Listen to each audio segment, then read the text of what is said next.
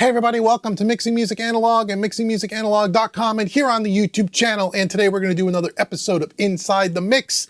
Today we're going to do a song by a really cool acoustic rock band called Elm Treason. More about them in a second. So we're just going to walk through the mix. I did a mix for these guys. The mix is already done. Before I pull it off the console, I'm going to walk you kind of through and give you kind of an overview of what I did and show you some things and tell you about some of the gear that I used. But before we get to that, if you like what you see in the video, please consider subscribing. And if this channel helps you in any way, please consider hitting the super thanks right underneath this video. And also check out mixingmusicanalog.com if you want to learn more about what I do as far as mixing services are concerned. So here we are back in the studio. Welcome back. It's good to have you here. As I said, we're going to work on a song by the acoustic rock duo Elm Treason. Elm Treason is part of those guys in the band are students of mine and clients, and they were so gracious to let us use a song called Going Yesterday. All their links will be in the description box below. Check out Elm Treason if you like kind of acoustic rock, rockabilly. Really, really cool. They got 3 or 4 CDs out, and this is a song coming up on their new CD that'll be released, I believe, sometime in 2023. 2 guys play all the instruments, drums, keys. Acoustic guitar is the main theme. It's no electric distorted guitars. It's all acoustic and vocals and background vocals, all done by 2 guys. You can also check out their link to their YouTube channel. They got some cool videos that they've put together. So Elm Treason, thank you so much for allowing us to check this out. So what do we have here? Well, if we come over here in the studio one quick, I can show you what we got. So we have a session here that's not too big, like 30 some odd tracks or so.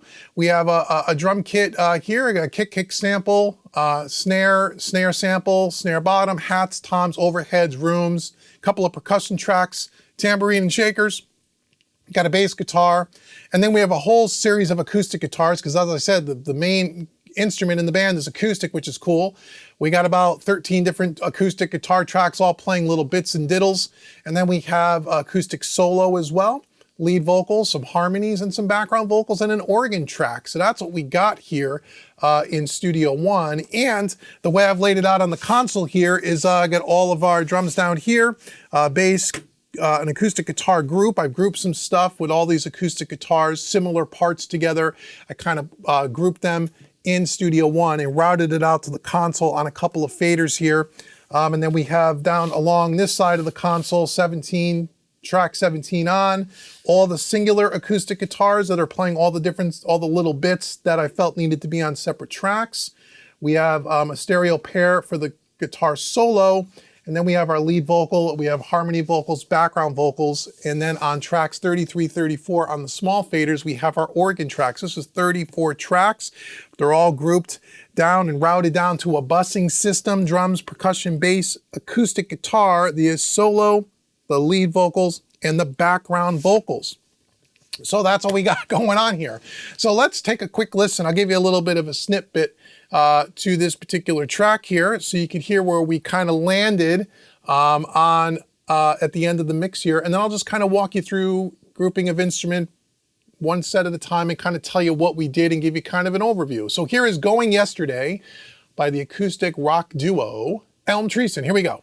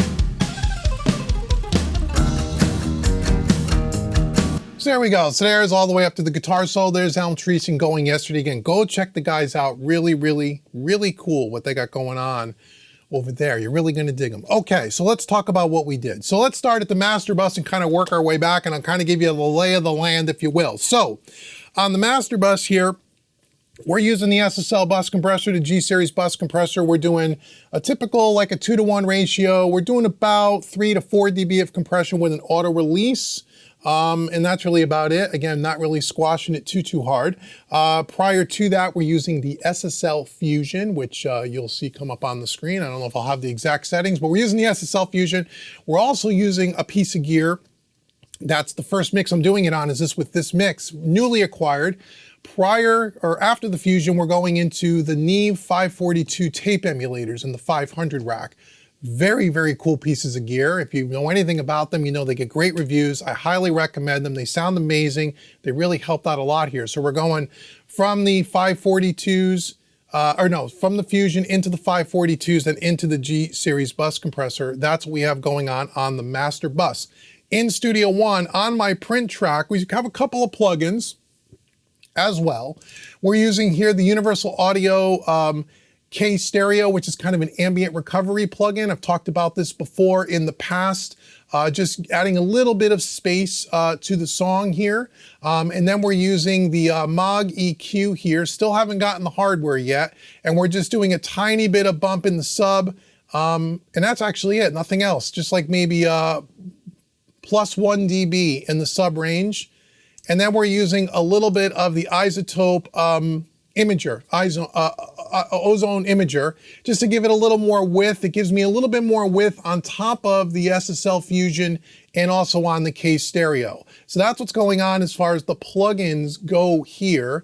What I could probably do is I could play back a little section here from the verse, and I can kind of just bypass the inserts here, all three inserts. You'll see what that does, what these plugins are doing. So here we go. Stay, pray, go away, makes me know never mind. You can scream till you choke it, no matter how you stroke it, I will not comply. Jump down, spin around, whatever makes you high. So it gives it a little more weight, a little bit more energy. So that's where we are with that. Let's see, that's all the plugins there. Hold on here, we got I think our phone here is causing us an issue.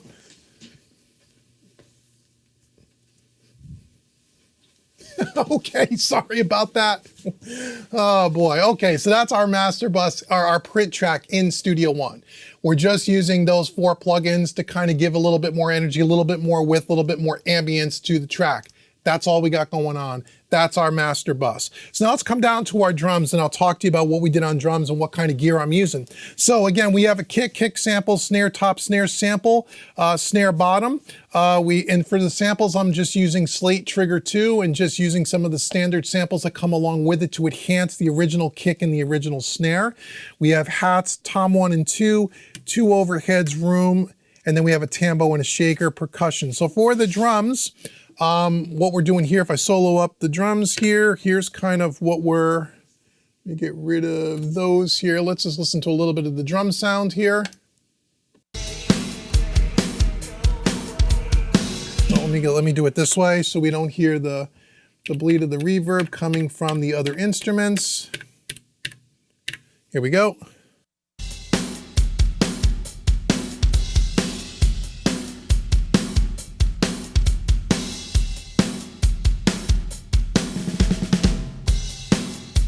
So that's our finished drum sound. So now for other than just doing EQ and stuff on the drums, I'm not gonna go through all the EQ moves, but for compressors and for gear, they're all coming down to a drum bus. And on that drum bus, I'm using the Wes Audio NG bus compressor, which has pretty much become my standard go-to for drum bus compression. I really do like that a lot. And if we look here in Studio One, you will see that it's controlled digitally with a plug-in, even though the hardware is down there in the rack. So if we take a look up here, what we're doing, again, we're only doing a 2-to-1 ratio. We're not compressing very heavily because we're only really compressing on the drum bus. I don't believe I have any other compression happening on the individual drums. No, just on the drum bus itself. So we're probably doing about 3-4 dB of compression. And we're using the total harmonic distortion circuit as well as the iron circuit here to give us a little bit more energy and a little bit more color. So here's the drums with, and then I'll bypass the plug-in here, which bypasses the hardware. So here's with it.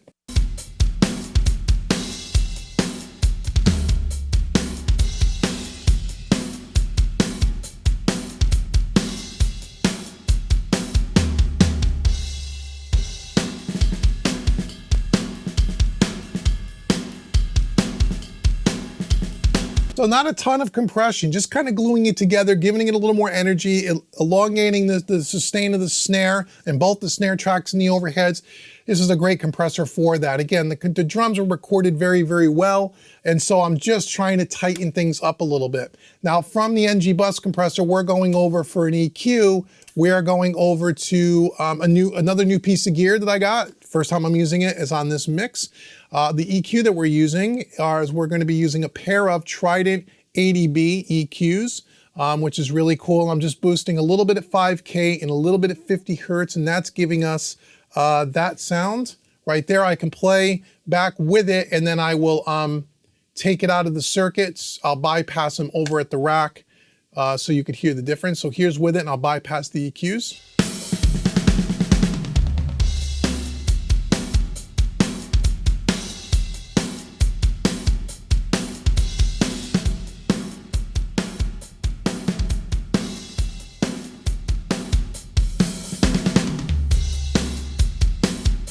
So you can hear there, really tightens up the low end really nice, gives a lot more presence and a lot more crack to the snare, which I really like. That's kind of a secret weapon. Those Tridents are really cool.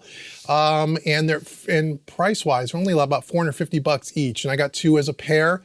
Really, really great. I've been experimenting with them on a drum bus and I like what they do. So that's the compression EQ on the drum bus, and that is our drum sound. So now if we were to go to our bass, here's our bass guitar.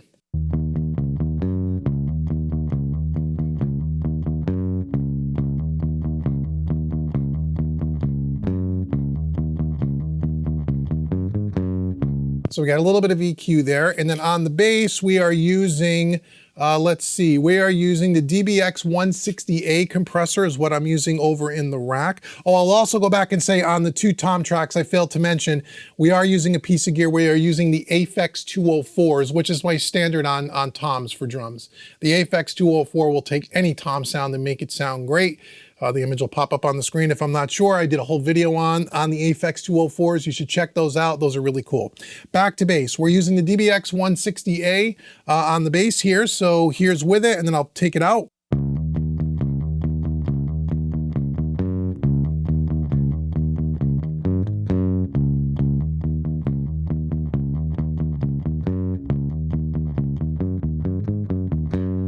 And I'm compressing about 6 dB or so it kind of tightens it up a little bit, get a little bit more thickness on the bottom end, and I get a little bit more grit on the top, which I really, really, really like. And I'm driving the preamp a little harder here on the SSL to give a little bit of that grit to the bass. So that's what we have going on for the bass. Now for the acoustic guitars, we have several different acoustic guitars. We have a group of acoustics here, which is taking all the main acoustic guitars that are being played, not all the little fills and licks, but like the main guitar parts, which are here.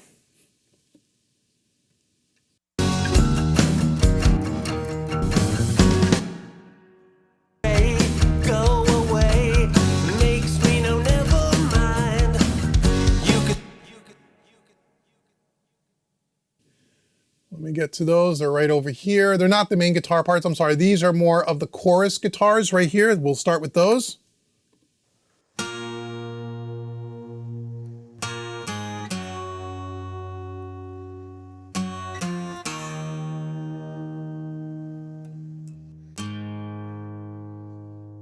So those are 4 guitars in the DAW in Studio One that I've pared down. I grouped them, blended them, panned them, and then brought them out here to a guitar group. This is the chorus.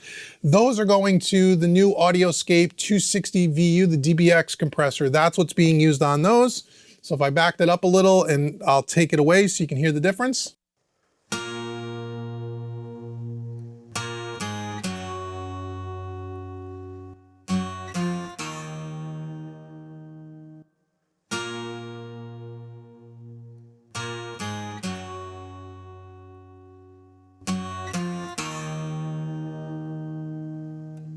So what it's doing there is it really brings the brightness out of those guitars, and it sustains the notes. So the notes as they're picked and they're sustaining and they're kind of falling off, it kind of brings it forward and it helps it sit in the track really well. So if I put it back in the track and take them away, you'll hear how you kind of lose those guitars.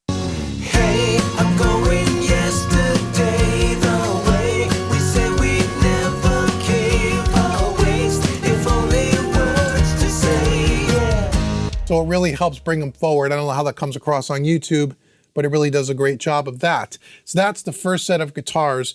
Now we're going down to our second half of the board here. We got all these acoustic guitars, like 9 or 10 of them in a row here, and they're all being treated a little differently. So our first, one of our main guitars here, which is here.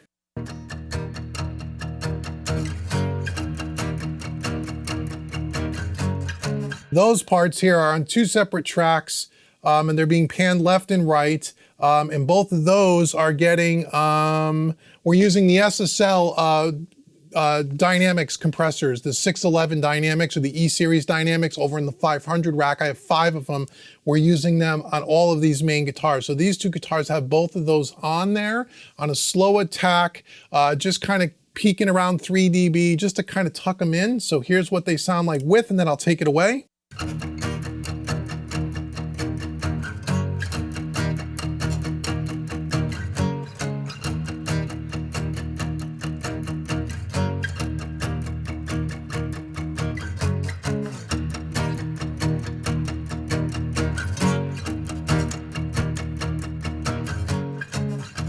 So it's just adding a little bit of body to it, and on those, because it's all staccato picked, it's kind of tucking in that transient a little bit to just kind of even it out a little bit. Not doing a lot of compression on these acoustic guitars really at all. Anything that's playing, I'm just kind of running it through and just kind of hitting that 3 dB just to kind of tighten everything up. When we get down to the rest of the guitars here, all of these, guitar 3, 4, 5, 6, 7, and 8, all of those are playing different little parts and fills and little melody lines during different sections of the song. All of those are going through the SSL Dynamics all through all 5 of the compressors. And again, it's just kind of kissing the needle. We're not over compressing by any means. So all of our guitar parts here, and all those are coming down to an acoustic guitar bus here. So I guess we can listen to that. Let me take away some of the delay, some of the reverb here so it doesn't get in the way.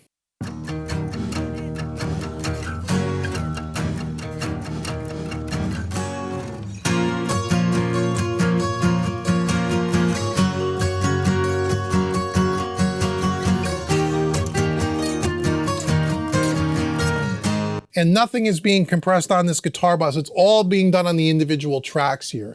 So I guess what I could do is I could probably take the insert away on these guitars here during the playback, so you can kind of hear what happens when I take all these SSLs away and then when I bring all those compressors back in.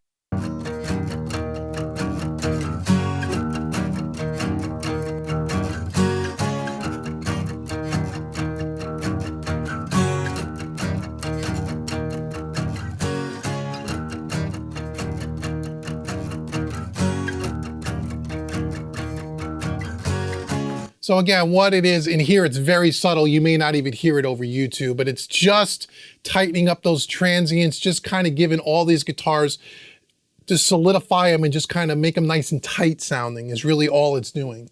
So again, not a lot of compression, more for the color of the compressor than everything else, and just kind of tightening those up just a little bit. Now we come down to our solo, our guitar solo. Let's go over here. Now this was, again, 4 tracks in the box, all kind of blended together, panned, and then coming out to a stereo pair here. And I believe on those I am using, what am I using? Oh, I'm using the West Audio Dione compressor, which again, we can look in the box because it's controlled with a plugin. So we can take a look at our solo here, and we'll bring up the Dione. Another great compressor, VCA. It's really the SSL G series bus compressor on steroids with a total harmonic circuit. So if I bring in those guitars, here's the solo.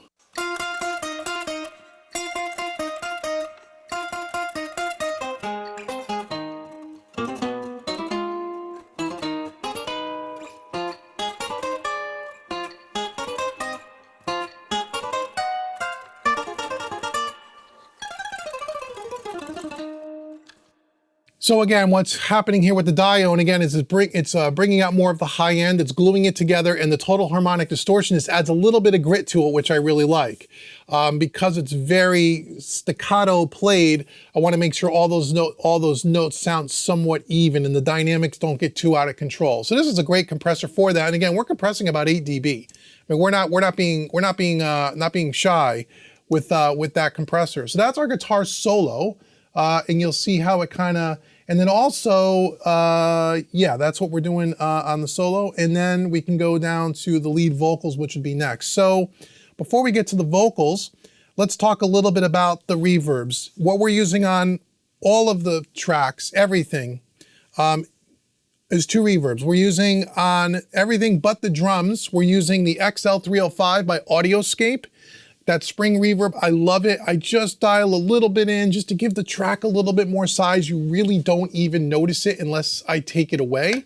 So I'll play back part of the verse and I will take that away. And then on the drums, only on the overheads, the rooms, and the snare, I'm using the Neve AMS, which is in the 500 rack. I'm using my ambient preset that I tweaked a little bit, and I typically will only use drum reverb, usually on overheads and rooms, and sometimes snare, almost never on kick, not too often on toms or hats, so I don't have a ton of reverb there, but it gives it a little bit more size, and this time I did put a little bit on the snare.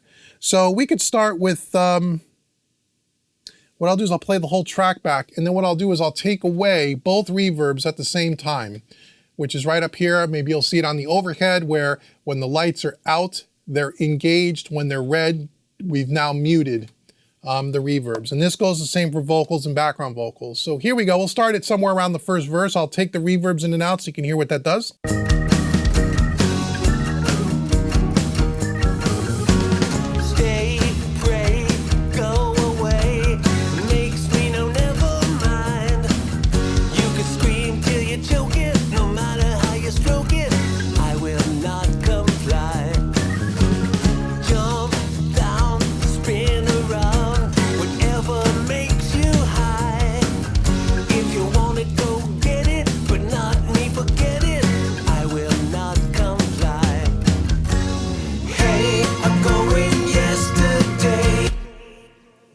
So you can hear the tail.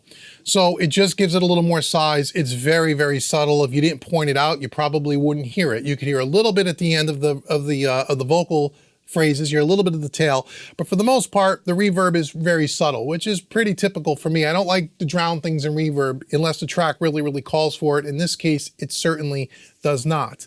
So that was the reverbs that we're using. Now, when we get to the lead vocal, the lead vocal's got some processing on it. We're using for compression, we're using the EQ, we're using the SSL board, but for compression, we are using the Black Lion Audio Bluey. Get a little bit more aggression, the blue stripe. And then from there, we're going to the SPL de-esser, because there's a little bit of S's on here that I needed to get rid of, and a little bit of consonants. I did some of it in the box, going in and manually fixing it and de-essing, but then I followed it up with the SPL de-esser just to kind of catch things I might have missed, just so we make sure we tuck it in kind of nice. So let's get to the lead vocal, and I'll kind of solo up what we did here. So here is our first verse of our lead vocal, and I'll solo it up. Stay, pray, go away, makes me no never mind. You could scream till you choke it, no matter how you stroke it, I will not comply. So I'll take out the bluey here. I'll take away the compressor so you can hear what it sounds like. Here's with it, and I'll take it away. Jump down, spin around, whatever makes you high. If you want it, go get it, but not me, forget it. I will not comply. Hey, I'm going yesterday the way we said we'd never cave. So it really pulls that vocal forward, and it's really, really nice. And because there are certain parts of these phrases that he gets pretty dynamic, so it really tucks it in and evens things out a lot more. And I'm just using the EQ on the board. The EQ didn't really need to have much here. We're just brightening up the top a little bit, and I added a little bit of body, I think, to his vocal as well. Yeah, we added around 100 hertz. We added a couple of dB because his vocal sounded a little thin to me. The harmony vocals, we're doing, let's see, on the harmonies, we are doing, we have 2 harmony tracks, left and right, and we're using the audio-scape 76F and the 76D just to give it a little bit of compression to kind of tighten things up a little bit. So I'll solo those 2 up for you, and here we go. That's in the chorus section. So here are the 2, and then I'll take away both compressors at the same time so you can kind of hear what it's doing. Hey, I'm going yesterday the way we said we'd never cave or waste, if only words to say. Yeah.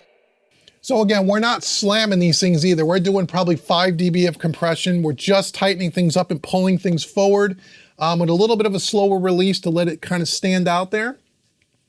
So those are the harmonies. Now the background vocals that come up just at the end of the choruses, those are going down to a background vocal bus. There's only 2 tracks. And on that, I'm using the West Audio RIA, another one of the digitally controlled compressors. In the 500 rack. We'll look at here in Studio One. Here's the RIA. This is a 2-bass Very-Mu, or their version of a Very-Mu. And I'll solo those up for you so you could hear it. And here we go. Let's just take a listen towards the end of the song. This is mostly at the end of the 3rd chorus on the way out. Here we go.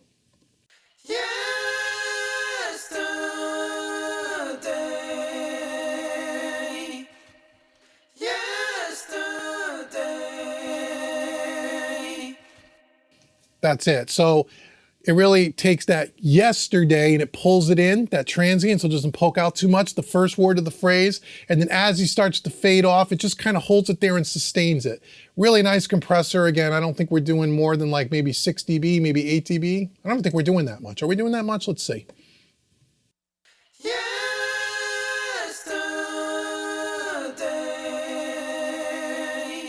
Except for the first word, yesterday. That hits it around 6 dB and then it pulls it down and it kind of holds it around 4 dB and it just kind of helps tighten it up again. That's what all these compressors are really doing. It's just kind of tightening things up. So that is the background vocals. And then the last tracks here we have on tracks 33 and 34, it's just an organ or a keyboard that's played pretty much throughout the whole tune. There's nothing on here that I remember. I don't even think, there's no hardware on those from what I remember. Let me take a look and see, did we do anything in the box? I don't remember if we did or not. No, we didn't do anything in the box either. There was really no reason to. So there was nothing done in the box, it's just an organ. I can solo it up. Here we go.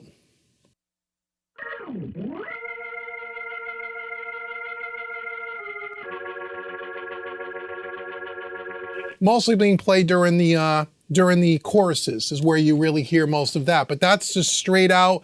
There's not even any EQ on it. That's the tracks that he gave me. I thought it sounded fine. It fit in. When they're on the short faders here on the Origin, I would use an EQ or a compressor in the box, but I didn't even really feel like it needed it. It sounded really good. And that's the overview of everything here. I think I've covered all the different compressors we use. Yeah, we used that. That's pretty much everything. We used a lot of compressors in the racks on this mix, more than I typically use because we had all these additional guitar tracks here. And I could have grouped them all in the box and we could have brought everything out to 2 faders as opposed to spreading it out along the console. But I like to spread it out along the console as much as I can, even though it's more faders to manage, but I like to use all 32 faders if I can, because every track that comes through here is hitting a different one of the preamps on the board, it's hitting a different one of the EQs, it gives me a little bit more control, and it gives it a little bit overall, a little bit more color, as opposed to taking all these things. I could have taken all 13 acoustic guitar tracks, could have pared them down to 2 and just brought it out to 2 tracks. And I could have EQ'd and did everything in the box. But I felt like I'm just going to get more personality, more character when I'm bringing everything out to the board and using as many of the EQs and as many of the preamps as possible. And then in this particular song, using a lot of the compressors. Again, sometimes not even really needing to compress things, but just using it to kind of colorize things and just give the whole track an overall sense of cohesion and also some vibe from all the different compressors, because they all sound different, as you know. And that is kind of our overview of Elm Treason's Going Yesterday. Really cool tune. We're going to do more of their songs in the future. I have many of their recording sessions that they've given us permission to use. So I want to say thank you again to Elm Treason. Again, go check their music out. Links will be in the description box below. Thank you so much for joining me today. Again, like, share, subscribe. And if you enjoyed this edition of Inside the Mix, let me know in the comments below. And until the next installment of Inside the Mix, I've been Dave with Mixing Music Analog and mixingmusicanalog.com. Thank you so very much for watching me today, everybody, and I'll see you soon.